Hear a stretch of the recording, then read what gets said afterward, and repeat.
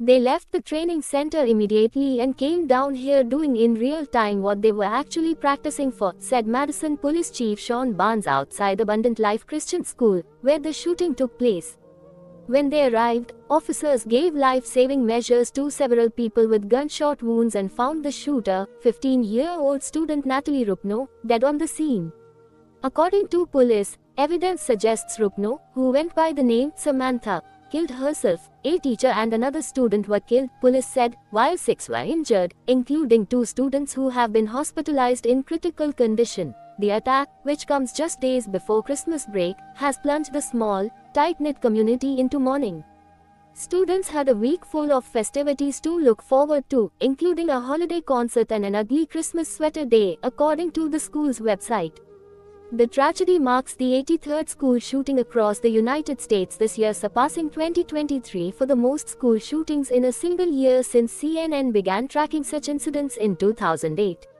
In interviews with CNN affiliate WISC, survivors of the attack, some as young as 7 or 8 years old, recalled screaming in the hallways of the school, saying they were really scared and really sad.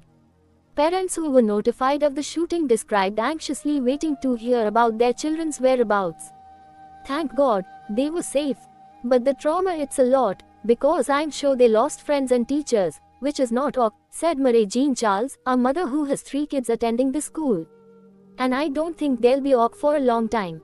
As detectives continue to comb through the crime scene in a home in northern Madison, they are also seeking additional search warrants. A motive behind the shooting remains unknown. Rupno's parents have so far been cooperating with investigators, Barnes said, and will not be charged in connection to the shooting at this time. We're not going to interrogate students, Barnes said. We're going to give them an opportunity to come in and speak to what they may have saw when they feel ready, which is why some of these questions can't be answered. Like all students at the K-12 school, Rupno entered Abundant Life at the beginning of the school day.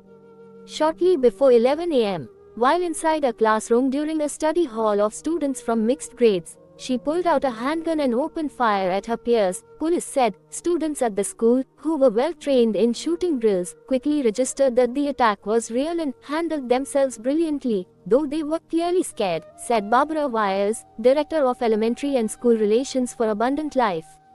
While law enforcement officials wait for witnesses to come forward with new information, they are pursuing other leads to gain clarity on a timeline of events, clues that could determine Rupno's motive, and details about the firearm she used. Authorities are aware of writings that have been posted by a person with alleged ties to Rupno, Barnes said, but have not been able to verify its authenticity.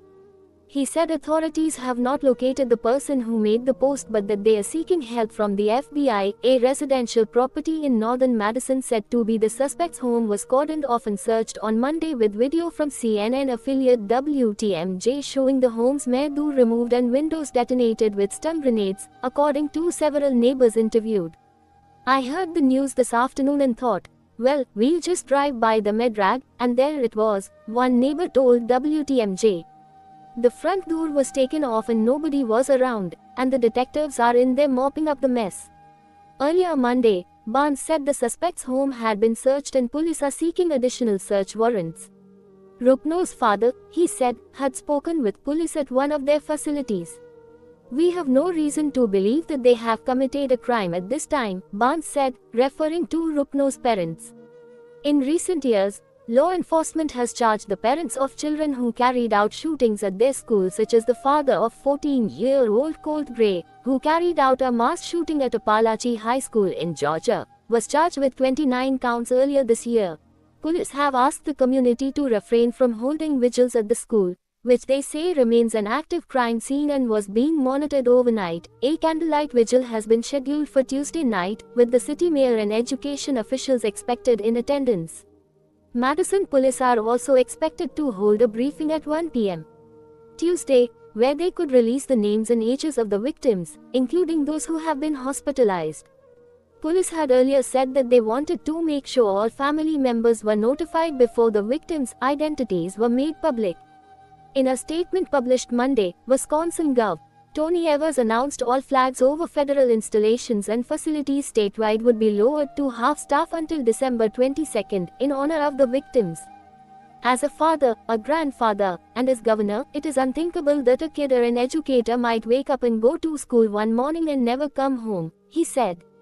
This should never happen. A secure hold on several district schools was lifted, and schools in the Madison metropolitan area. The fall semester is headed into its Christmas holiday break like it began with a mass shooting.